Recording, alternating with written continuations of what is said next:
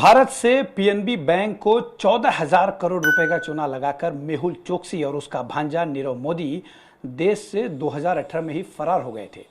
तब से लेकर आज तक सीबीआई और ईडी इनकी जांच कर रही है और लगातार कई नोटिसेस भेजे जा रहे हैं। इनकी कंपनियों को अटैच किया गया, प्रॉपर्टीज अटैच की गई।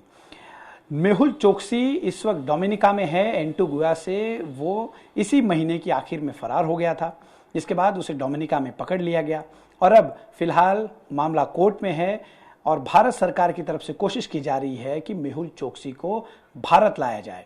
वहीं एंटीगुआ के प्रधानमंत्री ने भी साफ किया है कि उसे भारत भेजा जाए। डोमिनिका से उन्होंने जो है अपील की थी, लेकिन मामला इस वक्त कोर्ट में है। आने वाले दिनों में बहुत ज़्यादा मुमकिन है कि मेहुल चोकसी को भारत लाया जाएगा और उसके किए की सजा मिलेगी।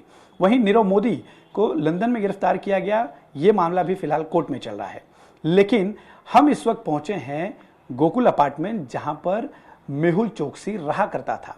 2018 में फरार होने से पहले मेहुल चोकसी जिस घर पे रहता था, वहां पर आप देखिए कि किस तरह से नोटिसेस की पूरी अंबार लगी हुई है अलग अलग बैंकों से। साथ ही जो इन्फोर्समेंट डायरेक्टरेट है यानी ईडी, सीबीआई, इनकम टैक्स और अलग अलग कंपनियां जो लेनदार हैं उनकी तरफ से ये नोटिसेस आई हैं। ये आप दरवाजे पे नोटिस देख सकते हैं, दरवाजे के अगल बगल पूरी नोटिस देख सकते हैं, दरवाजे के ऊपर, दरवाजे के जो है बाएं साइड में ये नोटिसेस लगाई गई हैं। लेकिन जब ये जगह पूरा भर गया तो आप नीचे देखिए कि कैसे नोटिसेस की अंबार नीचे भी आपको दिखाई दे रही है। ये वो लोग हैं जिनसे मेहुल चोकसी से पैसे लेने थे, चाहे वो इनकम टैक्स विभाग हो जो वसूली करनी है। जो भी मेहुल चोकसी ने गड़बड़ियां की है उसको ध्यान में रखते हुए ईडी जो जांच कर रही है। आप देखिए ईडी की नोटिसेस, कई ऐसी नोटिसेस हैं। ये साल 2018 की नोटिस है, जब ईडी ने जांच शुरू की थी और मेहुल चोकसी भाग गया था तो कानूनी तौर पर ईडी ने यहाँ पर नोटिस भेजी, उसे हाजिर होने के लिए कहा गया। इसके अलावा ईडी की नोटिस आपको यहाँ दिखा दें, यहाँ भी है, कई नोटिसेस आई हैं ईडी की तरफ से। साथ ही office of the tax recovery थाने, ये नोटिस आई है टैक्स रिकवरी विभाग की तरफ से। इनकम टैक्स, ये देखिए डायरेक्टरेट ऑफ इन्फोर्समेंट की तरफ से एक दूसरी नोटिस है यहाँ पर। इसके अलावा इनकम टैक्स विभाग की तरफ से नोटिस आई है, देखिए कमिश्नर ऑफ इनकम टैक्स, ये जो है नोटिस आई है। इसके अलावा प्रिंसिपल इनकम टैक्स कमिश्नर की तरफ से नोटिस है।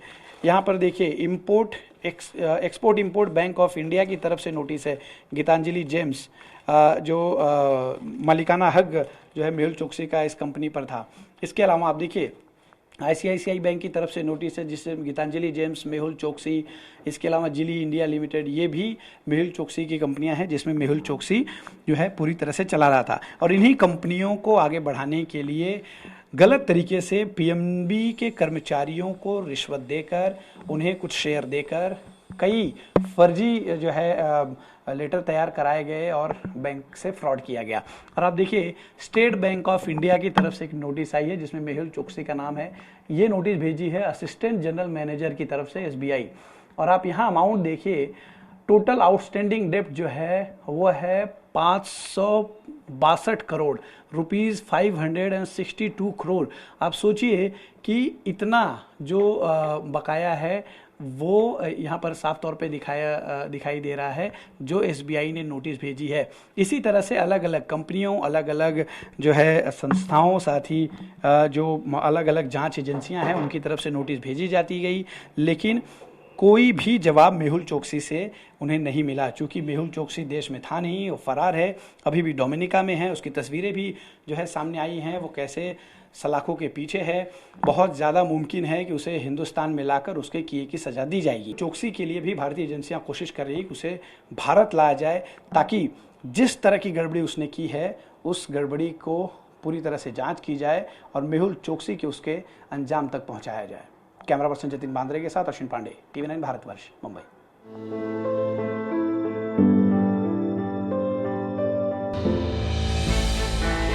हमने की गलती फिर एक बार, कोरोना ने किया दोबारा प्रहार। मास्क, 2 गज दूरी, करें अपनी सुरक्षा खुद।